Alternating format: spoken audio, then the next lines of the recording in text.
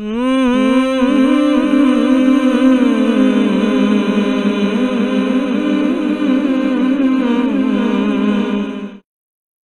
کچھ میں بیان کرنا چاہتا ہوں شیعہ مذہب کے عقائد پر دنیا رافضیت کی مستند ترین اور مضبوط ترین کتاب سے پیش اور آپ کو معلوم ہے کہ عقائد کی کتابیں اور خصوصاً جب کسی مستند اور مسلم امام کی ہوگی تو پھر اس میں جو کچھ ہوگا اس کو ضعیف کہہ کر من گھڑت جھوٹ کہہ کر جان نہیں چھڑائی جا سکتی۔ میرے دوستو، جس کتاب سے میں یہ مسئلہ پیش کرنا چاہتا ہوں اس کتاب کو دیکھ لیں، تلخیص الشافی، شیخ الطائفہ ابی جعفر طوسی۔ شیخ الطائفہ کا مطلب ہے کہ تمام دنیا کے شیعوں کا جو گروہ ہے، ٹولہ ہے، فرقہ ہے، اس کا یہ شیخ ہے۔ اس کا ایک استاد ہے، اس کو کہتے ہیں شیخ مفید، اس کو کہتے ہیں یہ شیعہ شیخ الامہ، اور یہ ابو جعفر طوسی جو ہے اس کو کہا جاتا ہے شیخ الطائفہ۔ اس شخص کی کتاب التبیان، قرآن مجید کی تفسیر شیعوں کے پاس مشہور و معروف ہے۔ یہ کتاب کسی قریب کے بندے کی نہیں بنتی، یہ 5ویں صدی کا بندہ ہے شیعہ مذہب۔ میرے دوستو، یہ جس کتاب کی تلخیص ہے یعنی خلاصہ ہے وہ کتاب یہ ہے، اس کا نام ہے الشافی فی الامامہ، شریف مرتضی علی بن حسین موسوی کی 436 میں جس کی وفات ہے۔ 2 بھائی گزرے ہیں، شیعہ مذہب کا اعتماد سب انہی 2 شخصوں پر ہے، ایک ہے شریف رضی، ایک ہے شریف مرتضی۔ شریف رضی جو ہے یہ دیکھو نہج البلاغہ جو شیعہ مذہب میں مضبوط ترین ماخذ الکتاب اور ان کے اصل شمار ہوتا ہے، یہ نہج البلاغہ ایران کا چھاپا میرے پاس ہے۔ اس کتاب کو لکھنے والا شریف رضی ہے اور الشافی کو لکھنے والا اس کا بھائی شریف مرتضی ہے، اور پھر یہ شخص اس کا شاگرد ہے شریف مرتضی کا۔ اپنے استاد کی کتاب کی اس نے تلخیص کیا جس کا نام ہے تلخیص۔ اس کی 4 جلدیں ہیں، 4تھی جلد کے صفحہ نمبر 185 پہ لکھا ہے۔ جو کچھ لکھا ہے میں پورے چیلنج کے ساتھ پورے عرب و عجم کو چیلنج کر کے کہتا ہوں، بندہ ناچیز کی عبارت یا ترجمے میں غلطی نکالنا، مطلب بیان کرنے میں غلطی نکالنا تو میں جانتا ہوں۔ وقد ہم ابو عبداللہ علیہ السلام لما عرف بقتل مسلم واشير عليه بالعود فوثب اليه بنو عقيل فقالوا والله لا ننصرف حتى ندرك ثأرنا او نذوق ما ذاق اخونا۔ جب امام حسین پاک کو امام مسلم کے قتل کا علم ہوا اور آپ کو اشارہ ملا کہ واپس لوٹ جاؤ، حسین واپس لوٹ جاؤ، اشیر علیہ بالعود، کربلا کی طرف نہ جاؤ، واپس چلو جاؤ۔ خبر کیا ملی؟ صرف امام مسلم کی شہادت کے قتل کی۔ ٹھیک ہے، یہ قتل کے لفظ لکھے میں اسی طرح پڑھ رہا ہوں کہ قتل مسلم یہ لفظ۔ جو لوگ کہتے ہیں کہ قتل بول دیا تو گستاخ ہو گیا، 12 جی پھر بڑا گستاخ ہے۔ تو میرے بھائیوں، یہاں پر یہ سوچنا چاہیے کہ اگر امام حسین پاک دین بچانے کے لیے نکلے تھے، قرآن بچانے کے لیے نکلے تھے، کلمہ بچانے کے لیے نکلے تھے، اسلام کو بچانے کے لیے نکلے تھے، کفر کے خلاف نکلے تھے، تو ایک شخص کے قتل ہونے سے یہ سارا فرض ختم تھوڑا ہو جائے گا۔ فرض تو اور زیادہ لاگو ہو جاتا کہ ایک تو ایک اتنا عظیم شان مسلمان قتل کر دیا گیا، دوسرا دین اسلام قتل ہو رہا ہے، تو واپس ہونے کا کیا معنی؟ خیر، فوثب الیہ بنو عقیل، امام مسلم بن عقیل کے دوسرے بھائی وہ سارے کود پڑے۔ جب امام نے ارادہ فرمایا واپس جانے کا، انہوں نے کہا واللہ لا ننصرف حتی ندرک ثأرنا او نذوق ما ذاق اخونا، کہ ہم نے واپس نہیں جانا اللہ کی قسم جب تک ہم بدلہ نہ لے، یا جو موت ہمارے بھائی نے چکھی وہ ہم نہ چکھیں۔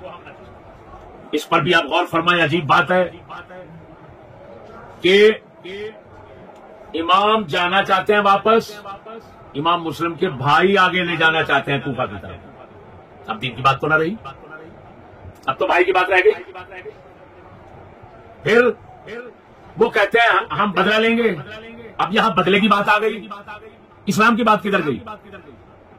دین کی بات کدھر گئی؟ قرآن کی بات کدھر گئی؟ کلمے کی بات کدھر گئی؟ حالات اتنا سخت تھے کہ سب کافر ہو گئے، صرف امام حسین اور یہ چند لوگ بچ گئے. ایسے حالات میں کیا ہو گیا کہ امام مسلم کے بھائی کہہ رہے ہیں ہم نے انتقام لینا ہے. حتی ندرکا ثأرنا، یہ لفظ ہے. یہاں یہ نہیں ہے کہ اسلام جا رہا ہے تو ہم اسلام کو بچانے جا رہے ہیں. قرآن جا رہا ہے، کلمہ جا رہا ہے، ہم اس کو بچانے کے لیے جا رہے ہیں. اب تو بھائی کو انتقام ہے. اور عام مشہور بات ہے کہ مولا علی کیا کرتے تھے. مولا علی کا خلوص اخلاص کی بات کرتے ہوئے عام مشہور قصہ سنایا جاتا ہے کہ جب آپ ایک کافر کو لٹا کر اس کے اوپر کھڑے ہوئے تھے، اس نے منہ پر تھوک دیا تو آپ نے چھوڑ دیا کہ آپ میری ذاتی مسئلہ آ گیا، میں نہیں قتل کرتا. تو یہ تو صرف ذات کا مسئلہ ہے، دیکھ لو. اور وہ کہتے ہیں ہم بدلہ لینا چاہتے ہیں اور نذوق کا ماذا قاتون مرنا چاہتے ہیں. اب امام صاحب فرماتے ہیں فقال علیہ السلام لا خیر فی العیش بعد هؤلاء. آپ فرماتے ہیں ان کے جانے کے بعد اب زندگی میں کوئی خیر نہیں. ان کے جانے کے بعد زندگی میں کوئی خیر نہیں. تو اس سے بھی تو صاف پتہ چل رہا ہے کہ اب مسئلہ صرف ان چار اپنے رشتہ داروں کا ہے. اگر دین کا مسئلہ ہوتا تو وہ تو فرما دیتے یہ میں جو کچھ یہ لکھ رہے ہیں ان کی زبان سے سنا رہا ہوں.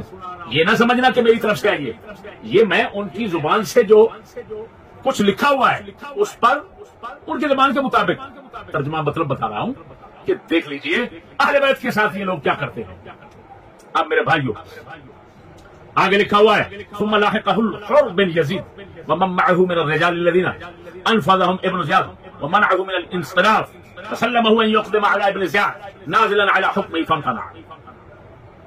پھر حر بن یزید آ گئے اور ان کے ساتھ جو لوگ تھے جن کو ابن زیاد نے بھیجا تھا کہ ان کو پھر نہیں دینا، واپس نہیں جانے دینا اور سیدھا ابن زیاد کے پاس لانا ہے. نازلا على حكمه، میرے حکم پر یہ نزول کرے.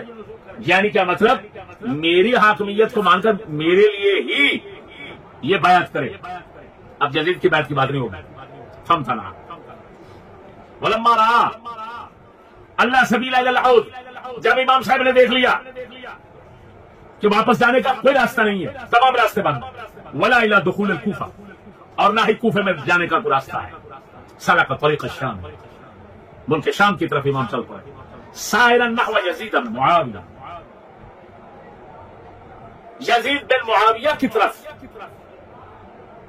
چلتے ہوئے. سائرا نحو یزید بن معاویہ، یزید بن معاویہ کی طرف چل پڑے.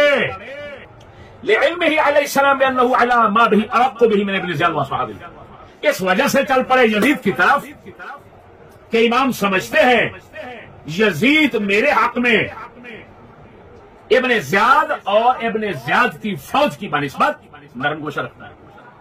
یہ کیا لکھا ہوا ہے؟ دنیا کہتی ہے یزید بڑا ظالم، یزید بڑا کافر، یزید بڑا دشمن، اس کے ساتھ اہل بیت کا دشمن نہیں. اور امام فرما رہے ہیں، امام یہ لکھ رہے ہیں، یہ شیعہ تمام دنیا کے سمجھو شیعہ لکھ رہے ہیں کیونکہ کتاب ان کے عقیدے کی اور انتہائی مستند ترین کتاب. شیخ الطائفہ کی کتاب ہے، چھوٹے بندے کی نہیں ہے. تو یہ لکھ رہا ہے کہ امام کو علم تھا ابن زیاد اور اس کے اصحاب کی بنسبت یزید میرے حق میں نرم گوشہ رکھتا ہے. عرق کو اگر دیکھا جائے عرق کے لفظ کو تو پھر تو معنی بنتا ہے کہ ابن زیاد اور ان میں بھی نرم گوشہ ہے لیکن یزید میں زیادہ ہے، جس طرح کہ اس میں تفصیل کرتا ہے. خیر میرے بھائیوں، یہ ساری عبارت جو اس نے شروع کی ہے شیخ الطائفہ نے شروع کیا ایک سوال کے جواب میں.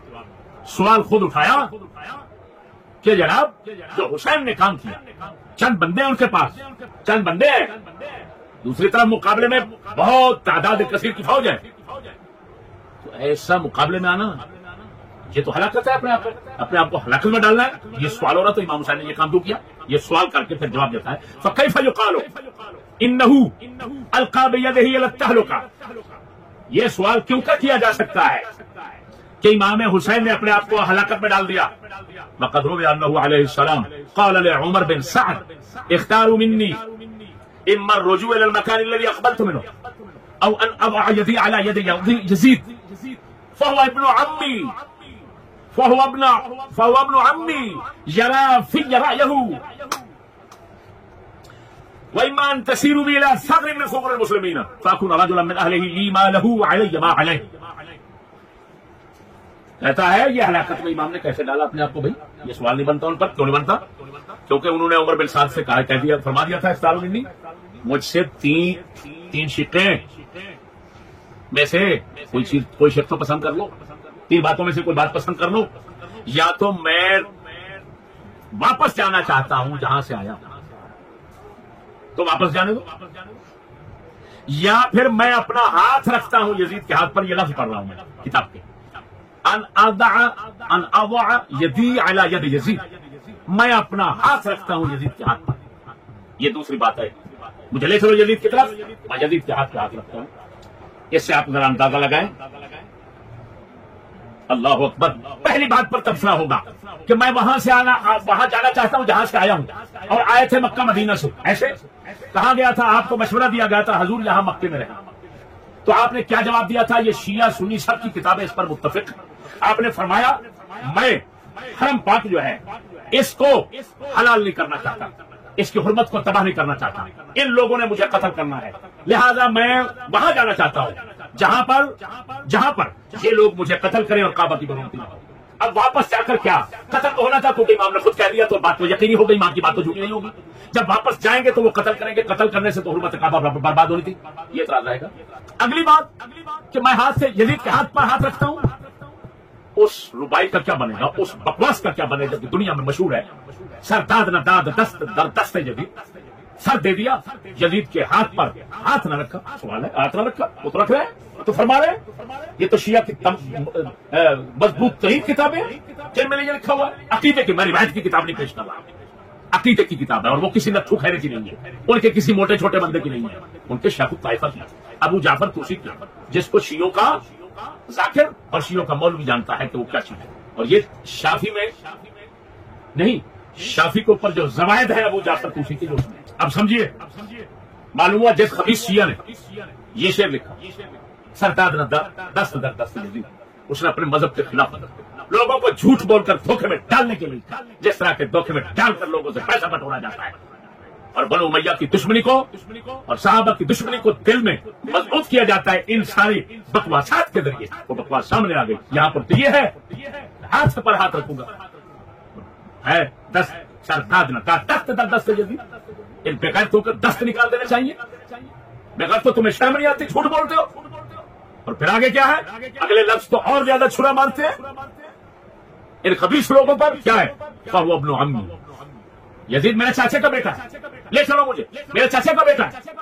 آگے سنیے کیا لفظ ہے، یا مجھے سرحد کی طرف جانے دو جہاں مسلمان سرحد پر کافروں کے مقابلے میں کھڑے ہیں، لڑ رہے ہیں، وہاں مجھے جانے دو. ایمان تسیروا بی الی ثغر من ثغور المسلمین. آگے کیا ہے؟ فاکون رجلا من اہلہ، سرحدی بندہ میں بن جاؤں.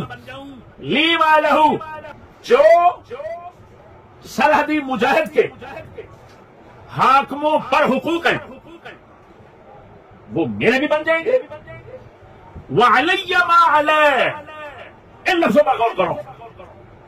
اور جو سرحدی مجاہد پر حاکم کے فرائض اور حقوق ہیں وہ مجھ پر ہوں گے. یہ تو امام صاف کہہ رہے ہیں کہ سرحد پر جا کر میں یزید کا فوجی بن کر رہوں گا. وہاں پر یزید کی فوج تھی، کسی کے باپ کی نہیں تھی. وہاں پر جا کر فرمایا لی ما لہو علی ما علی کا کیا مانا ہے؟ اگر کوئی جاہل کٹے کا بچہ ہے تو اس سے بات ہی نہیں ہے. اگر کوئی عربی سمجھتا ہے تو اس کا کیا مانا ہے؟ علی ما علی کا کیا مطلب ہے؟ اس کا مطلب ہے جو یزید کے احکام دوسرے فوجی پر چلیں گے وہ مجھ پر چلیں گے. جو اطاعت دوسرے پر فرض ہوگی وہی اطاعت مجھ پر فرض ہوگی. یہ ہے علی ما علی. لعنت ہے کہانی سازوں پر جن لوگوں نے کہانیاں بنا بنا کر کہاں تک پہنچا دی. توجہ فرمائیے.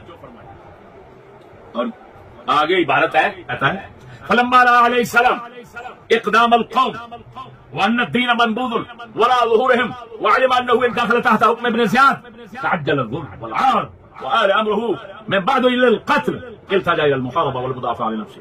کہ جب امام پاک نے دیکھ لیا یہ یزید کی فوج کیا کرنا چاہتی ہے، دین کو انہوں نے پیچھے پھینک دیا اور امام پاک جان گئے کہ اگر ابن زیاد کے حکم پر میں اترتا ہوں، کیا مطلب اس کی بیعت کرتا ہوں، تو تعجل الذل والعار، ذلت اور عار جلدی میرے اوپر آ جائے گی اور یہ میری ذلت ہے. کیوں کہ ایک خلیفہ جو ہے اس کی تو بیعت نہیں کر رہا، ایک عام گورنر اس ظالم شخص کی میں بیعت کروں، خلافت کی نہیں، خلافت کو نہ مانوں، اس کی عمارت کو مان لوں اور یہ پھر اپنی مرضی کا حکم جاری کرے میرے اوپر. چھ امام کی ذلت تھی. تعجل الذل والعار وآل امره من بعد الى القتل. آپ سمجھتے تھے کہ اگر میں ابن زیاد کی بیعت کر لیتا ہوں پھر بھی یہ مجھے قتل کر دے گا، لہذا وہ جانا چاہتے تھے یزید کی طرف تاکہ ذلت بھی نہ ہو اور قتل سے بھی بچ جائے. التجا الى المحاربہ والمدافعۃ عن نفسه. میرے بھائیو، اس کے بعد اللہ اکبر، پھر اس کے بعد اگلے صفحے پر لکھ رہا ہے وانما اراد اذلاله والقدم من قدره بالنزول تحت حكمه ثم يفضي الامر بعد الظلم الى ما جرى من اتلاف النفس. کہ ابن زیاد امام کو ذلیل کرنا چاہتا تھا، اس نے اس وجہ سے شرط کی کہ میری بات کر. یہ دیکھ یہ لفظ پھر کیا ہونا تھا؟ قتل نفس، قتل، ذلت بھی اور قتل، کچھ مقصد بھی حاصل نہ ہو. یہ امام صاحب انکار کی وجہ تھی.